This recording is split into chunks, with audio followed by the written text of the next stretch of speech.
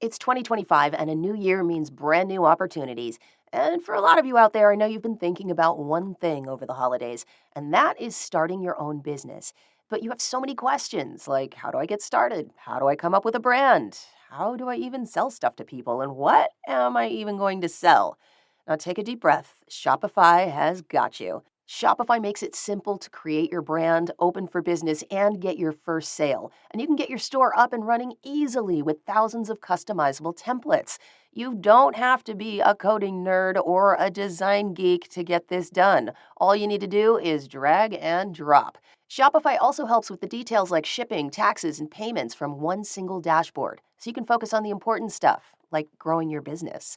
Established in 2025 has a nice ring to it, doesn't it? Sign up for your $1 per month trial period at shopify.com/truecrime, all lowercase. Go to shopify.com/truecrime to start selling with Shopify today. Shopify.com/truecrime.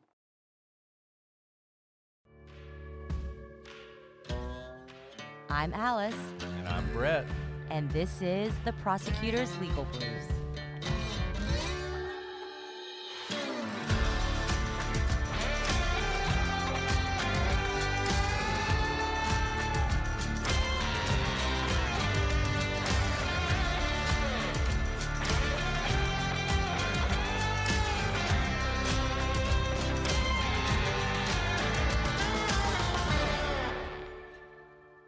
So when the jury came back, they obviously came back with a guilty verdict. They were individually polled. That's pretty typical, and it can be requested by either side. The defense typically is going to make every juror say their vote just to make sure no one's bullied into voting a certain way or whatnot.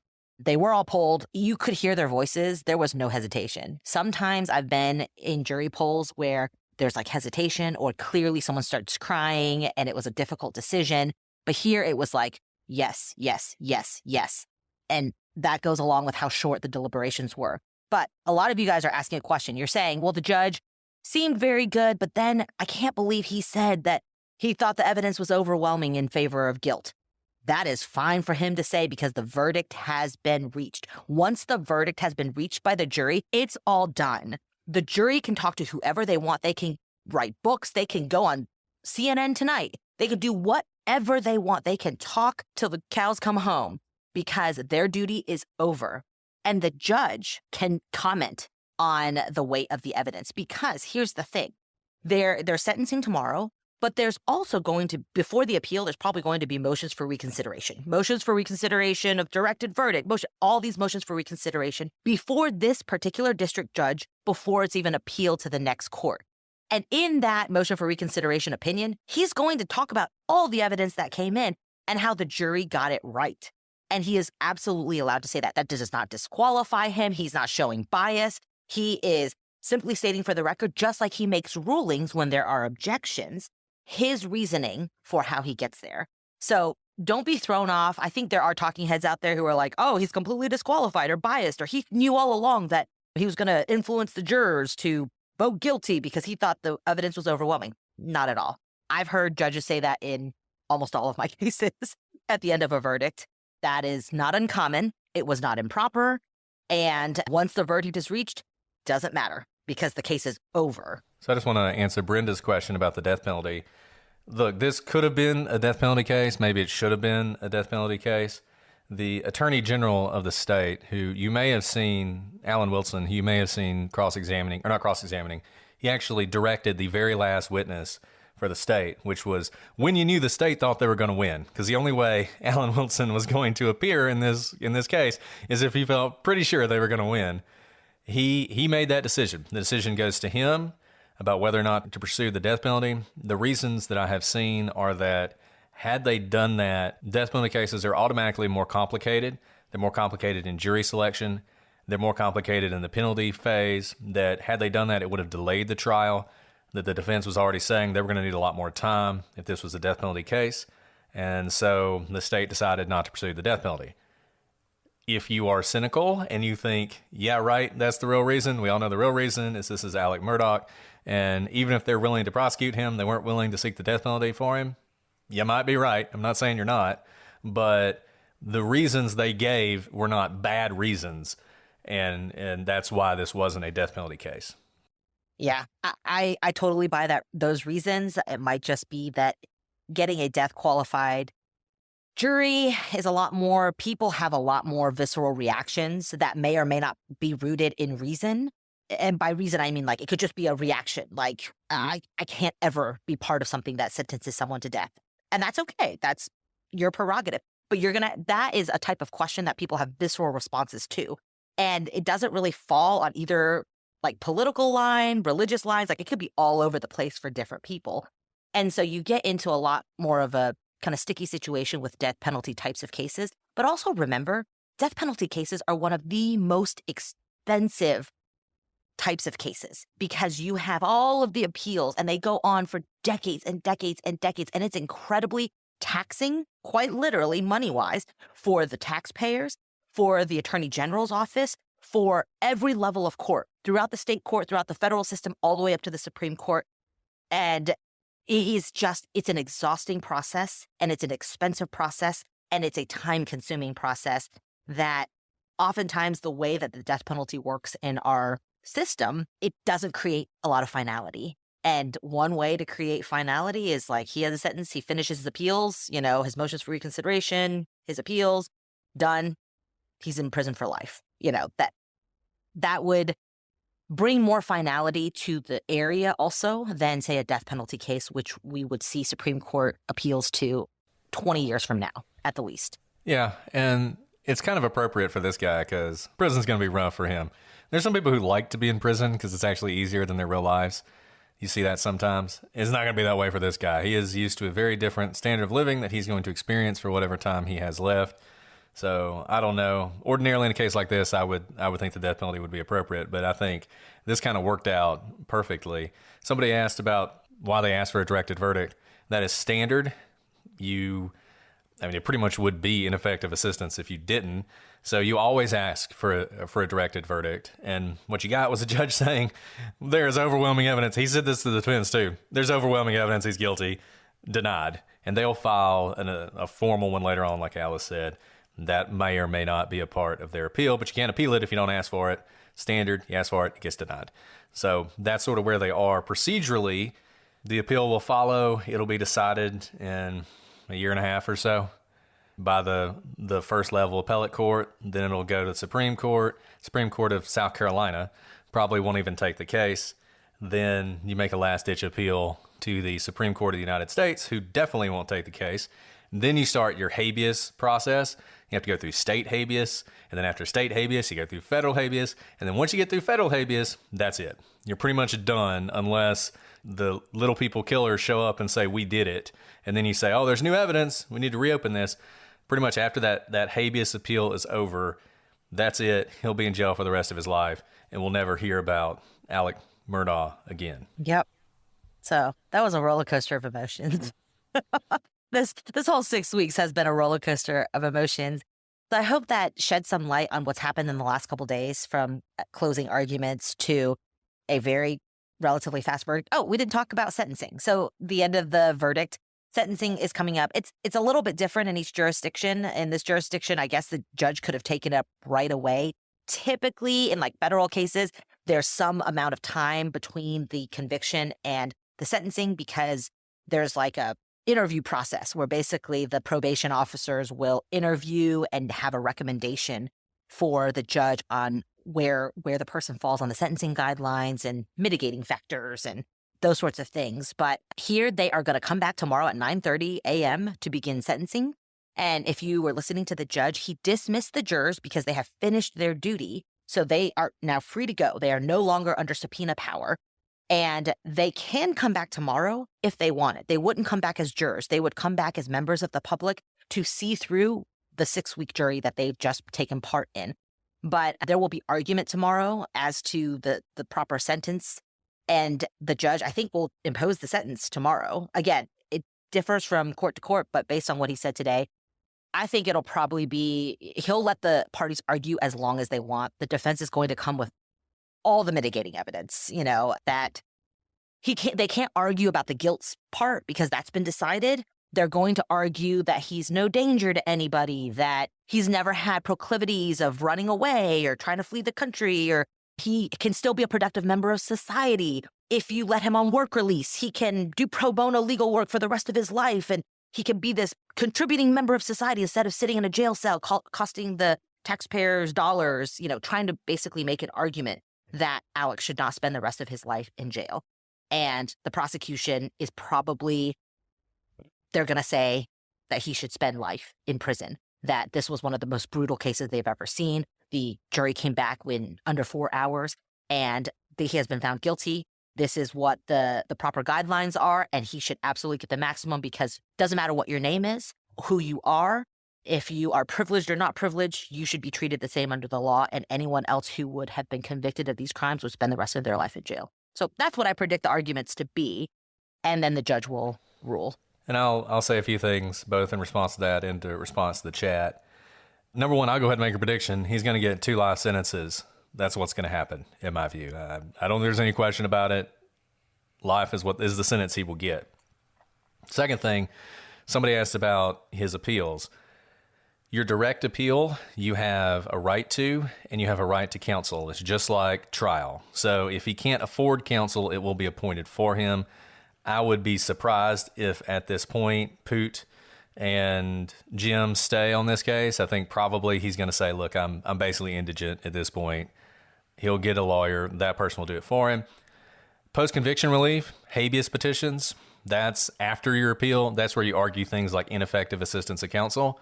You are not guaranteed a lawyer by the Constitution for those appeals. So those appeals are usually done by the defendant himself, unless he can find someone to represent him. Someone said Alec Murdaugh could not do legal work because he's been disbarred. There are prison lawyers. If you're in prison, there are people who, even though they may not even be lawyers, who will often assist other inmates in researching the law, drafting the law. There are legal clinics in prison. Things are different in prison.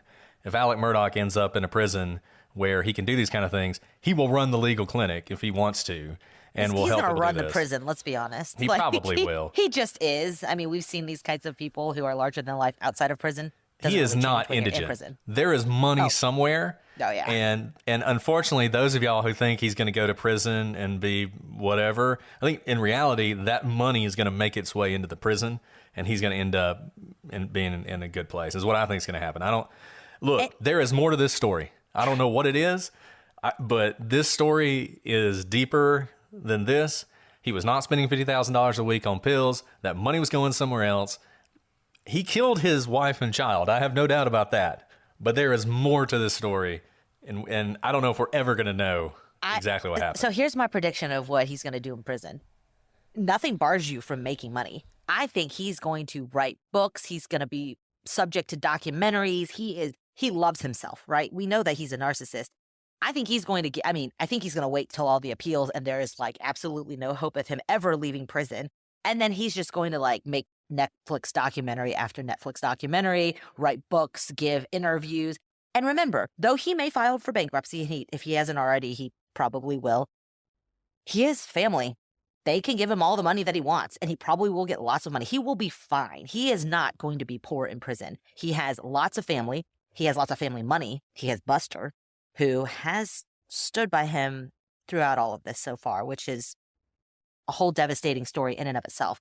But nothing keeps him from getting money from family members and to basically live a pretty posh life, as posh as he'd like, in prison. And he can talk to anyone he wants on the outside as well. He can't necessarily come out and see them, but talk to movie makers. He can talk to authors. I bet you there's going to be a lot of Alec Murdaugh swag coming out soon where he benefits from it.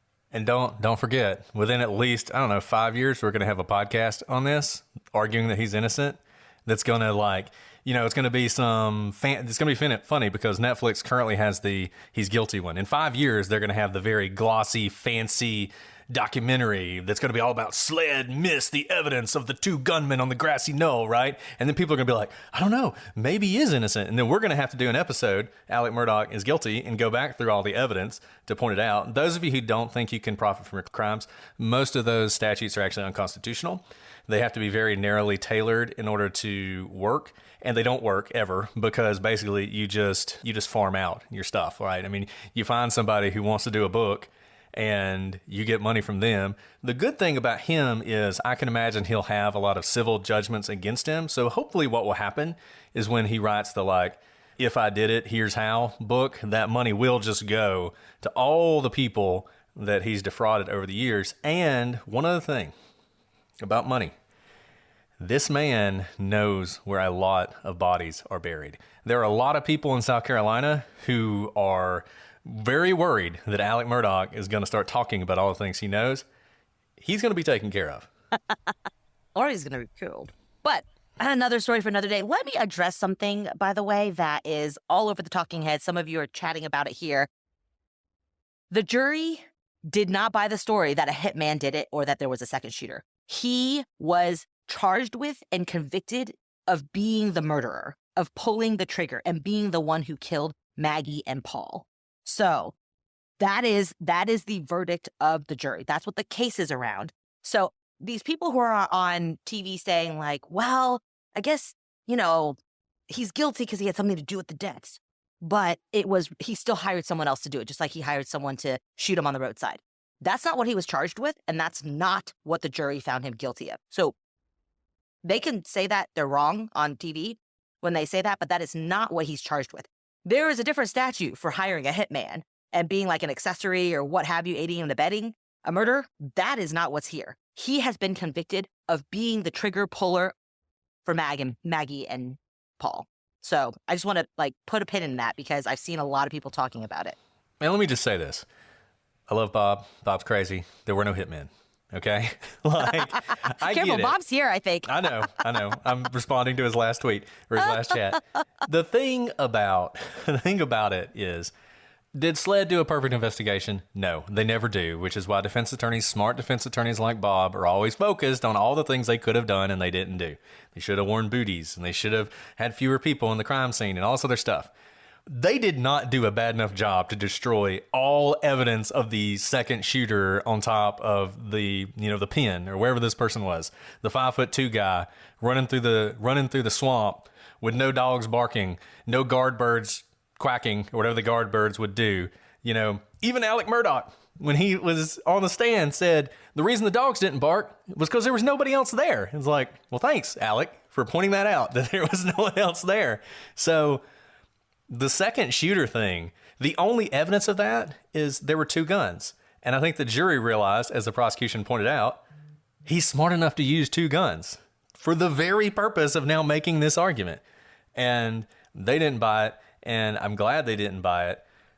But Alice is right. This jury believed that he did this, and he did this alone, and I think he did. Now, the roadside shooting thing, I'll never know exactly what he was doing there.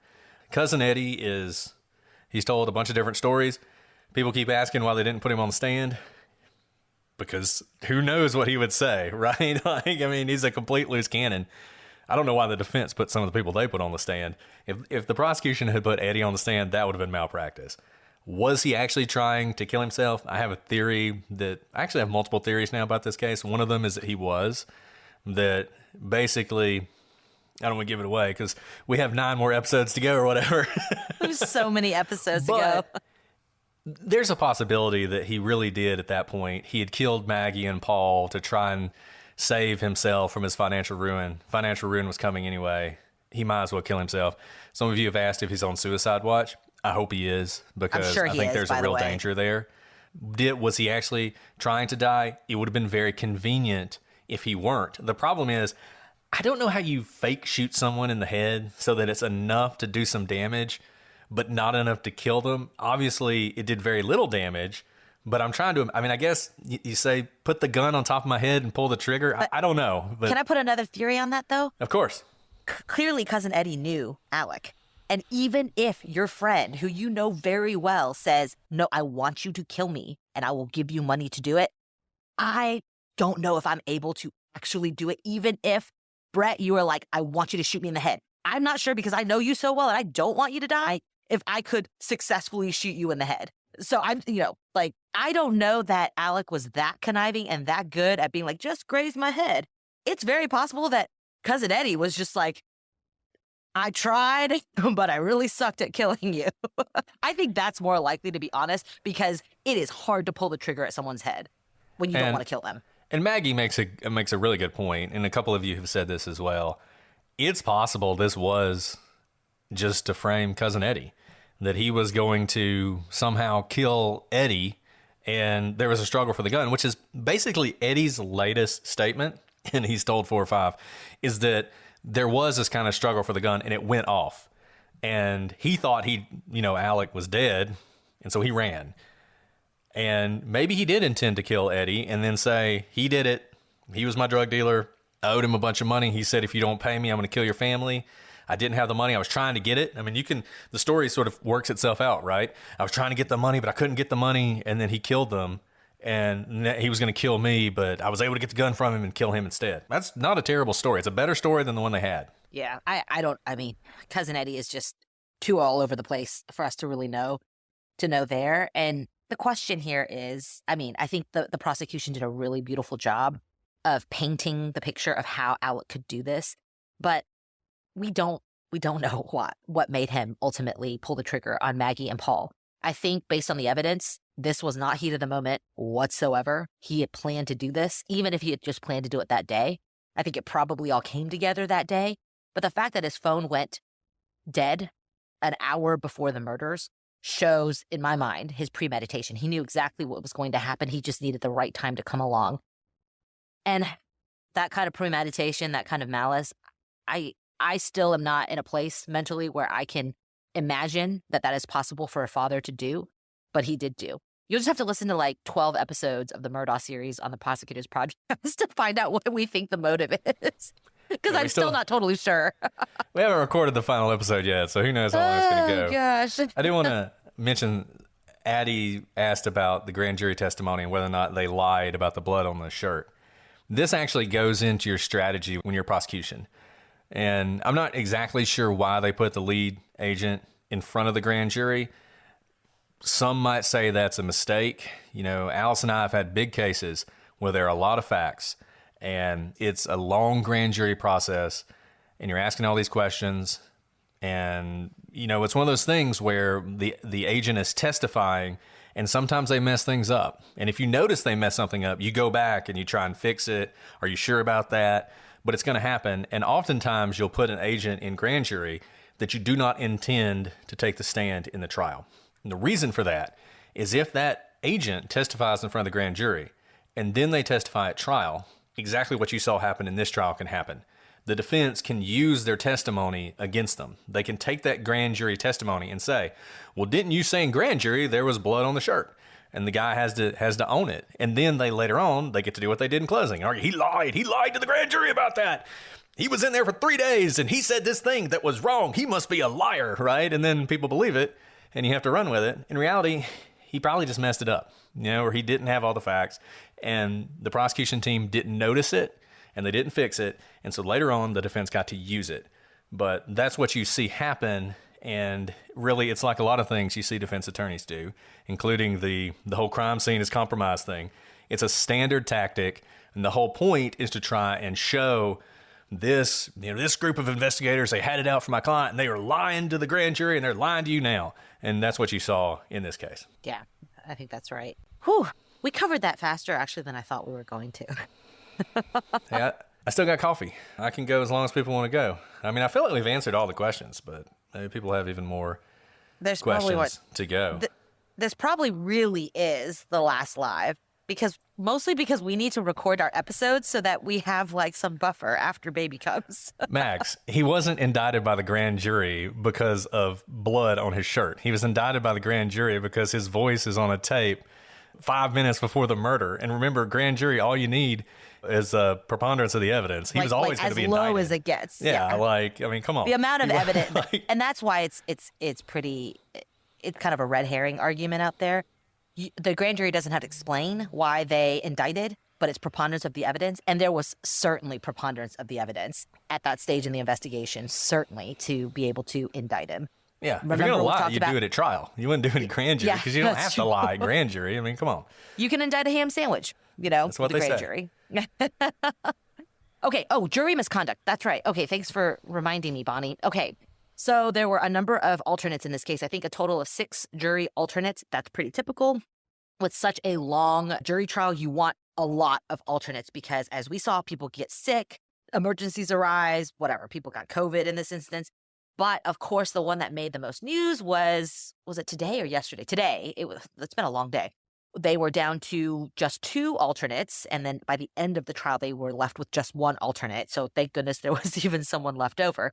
But a juror was found out to have been talking to 3 other people.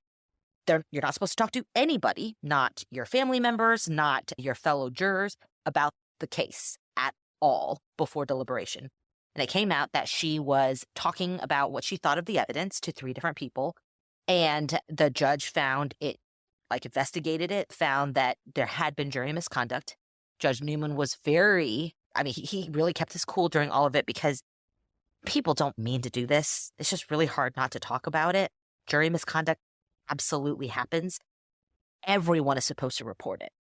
As attorneys, if you notice it, like you go to the bathroom, you hear something, you see someone do something, ethically, you have to report it, whether you think it's going to help your case or not.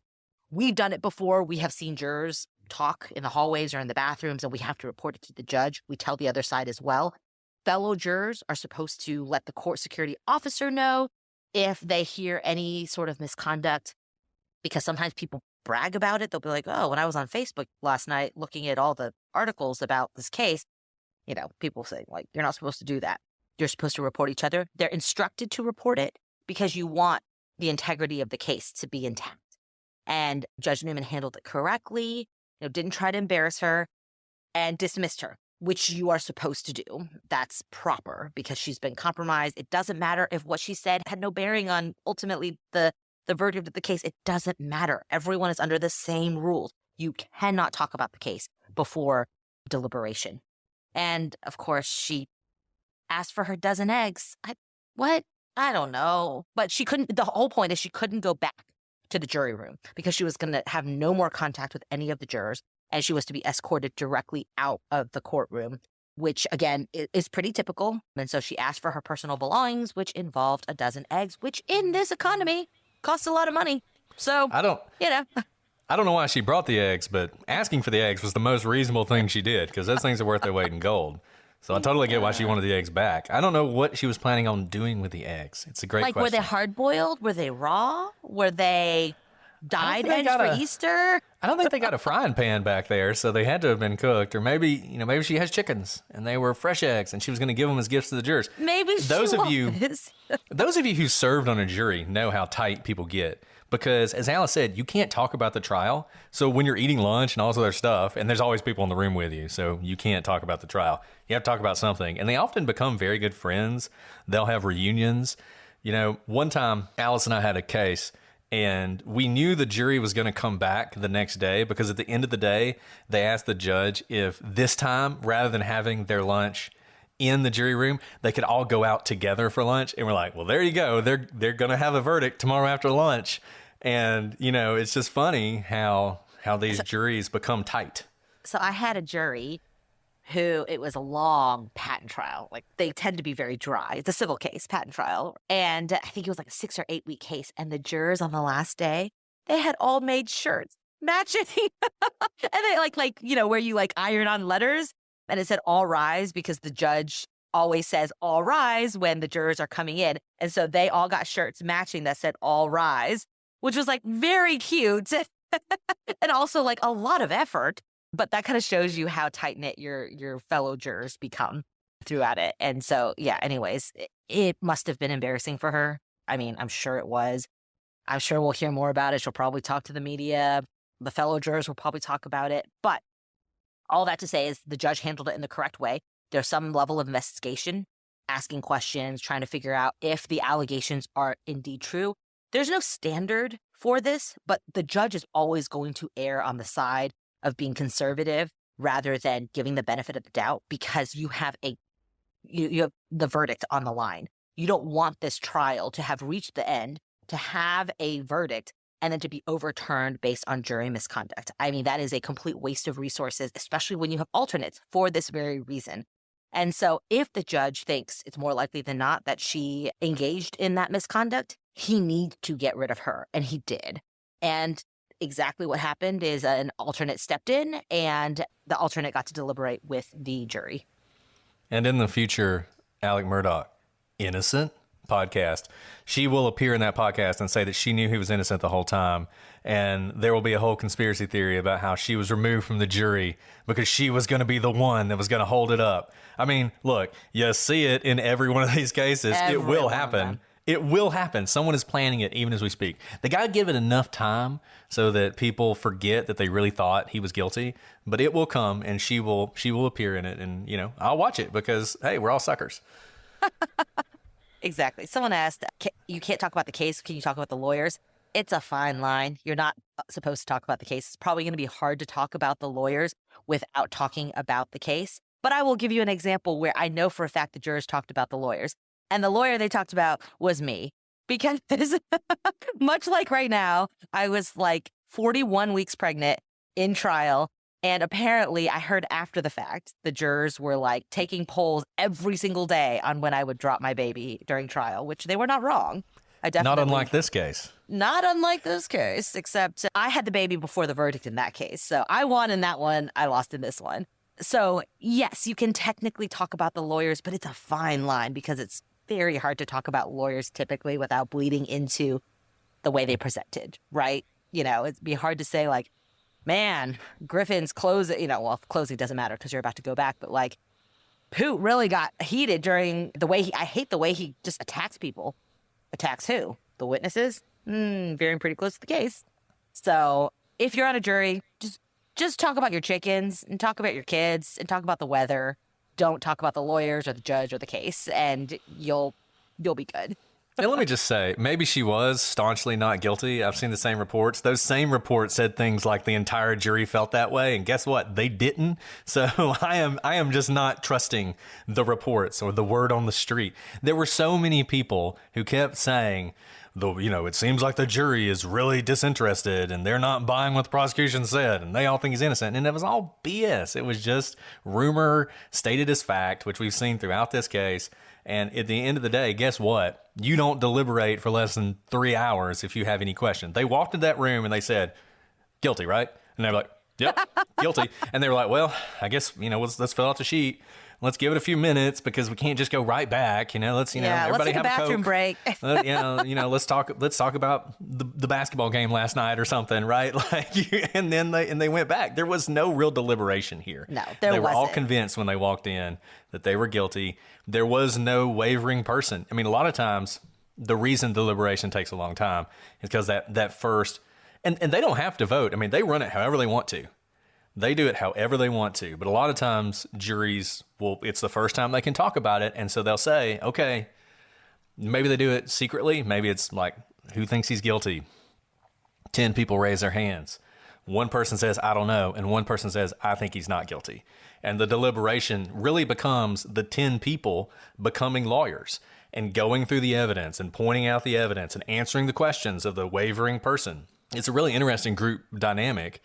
And that didn't happen here. They all knew he was guilty going in. Yeah, and here's the thing. So you heard the verdict. There's a 4-person. That's actually the very first thing you do when you go back to the jury room is you vote on the 4-person. Not in this case. They already had the 4-person, right? Yeah, South Carolina has some wacky rule where the judge appoints, which was weird. Oh, I forgot about that. Okay, well, usually you vote for it. So they didn't even have to do that.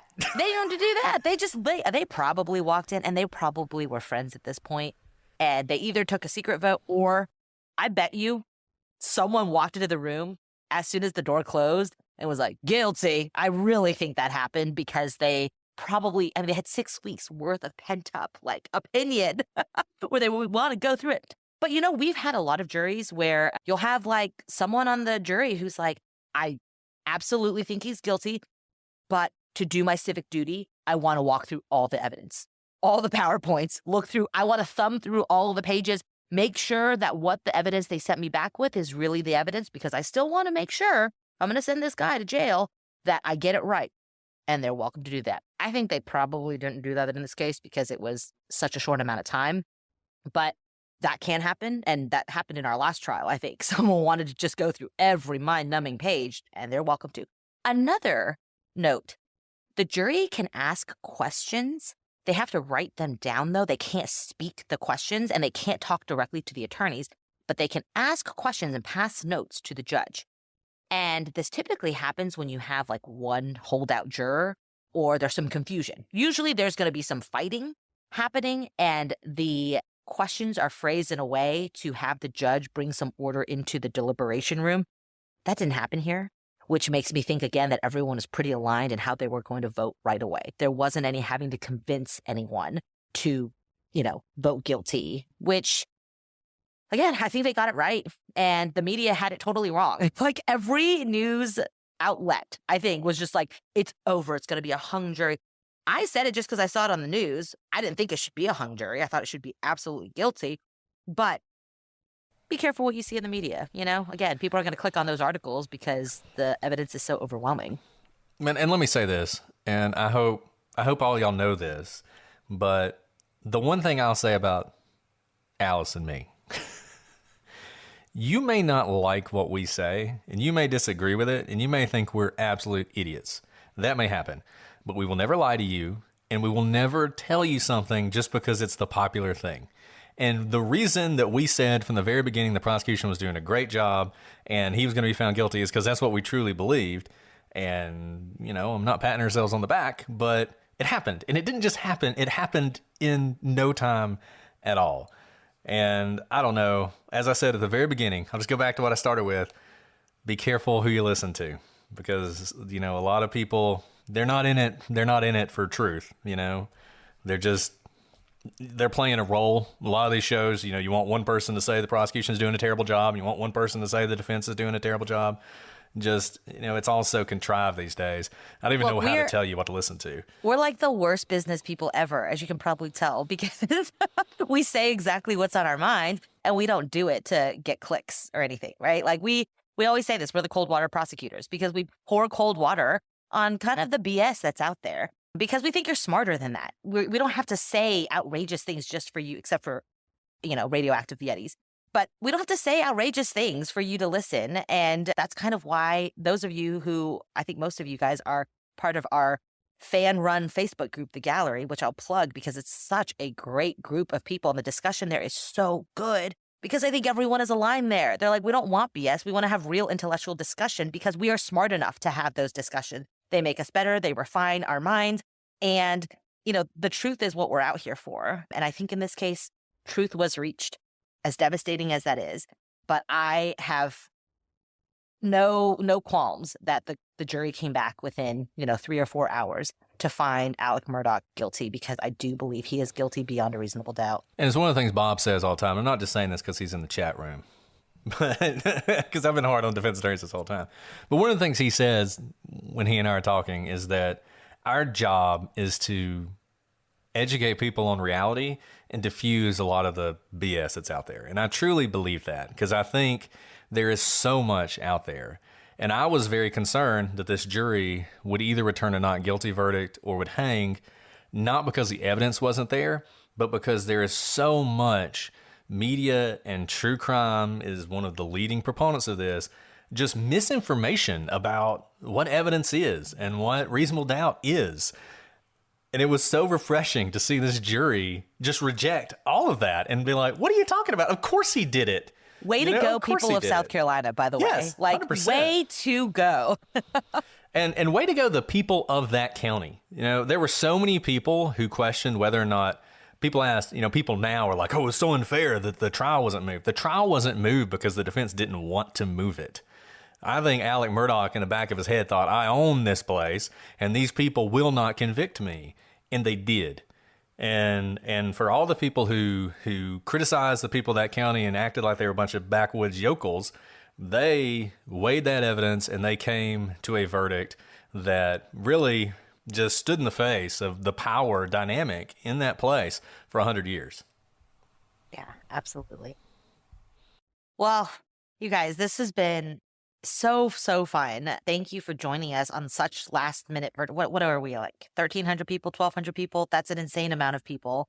Thank you for joining us. Thank you for sticking with us on so many Murdaugh conversations. It's been really fun, Brett. Well, I was just telling. you got like 7 more to go, Alice. Like, don't I stop know. yet. You got to listen to all the ones we've already recorded. So We have please listen to them because we recorded like crazy people so that you guys would have episodes when I finally go to the hospital.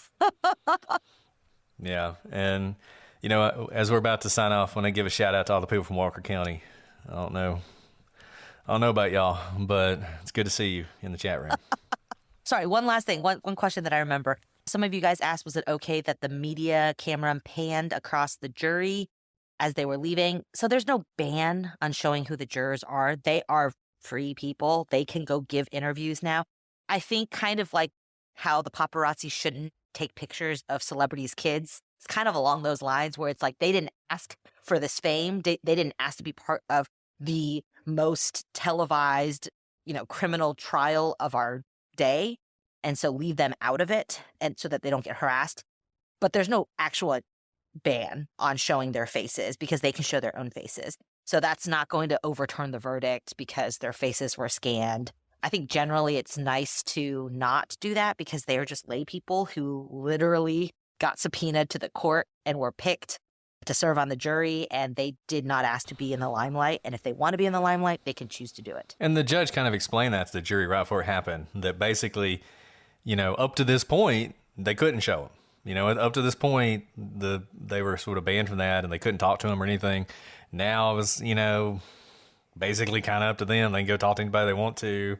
So, it was one of those things that I don't think Law and Crime or whoever it was, the I can't Court remember who TV, did it. the pool person, I don't think they intended to do it, but it's not like that person's going to be thrown in jail for contempt or anything.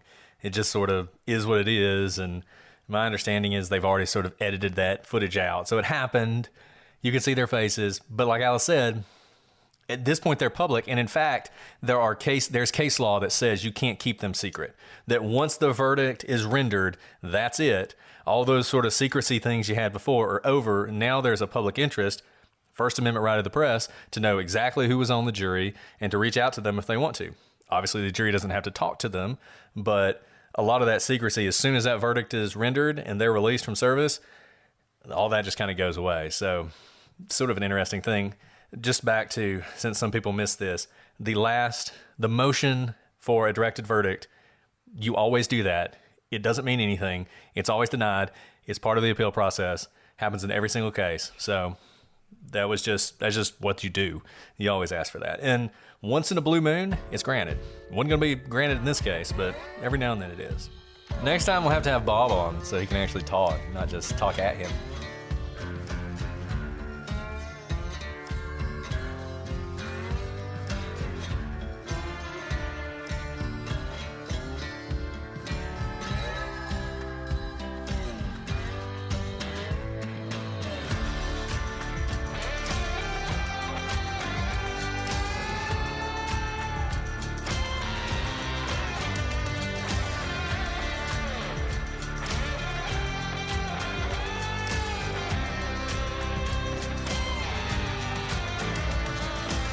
Absolutely. I'm sorry. I have a little runaway. Can I keep you on hold? Just keep recording. Yeah. You You go get him. I'm gonna Go wrangle that runaway. Okay, I'll be right back. Okay. Hey, I'm back. Awesome. Sorry. That Alec knew. Oh, sorry. Keep going. No, go ahead. No, I was saying their father got them. I didn't see them Dad. anywhere, and I was like, oh my god, where did he go? Good job, Dad. I'm talking about, by the way, the point I'm making that you missed is I pointed out that I feel like Alec felt pretty confident that he could control the criminal side.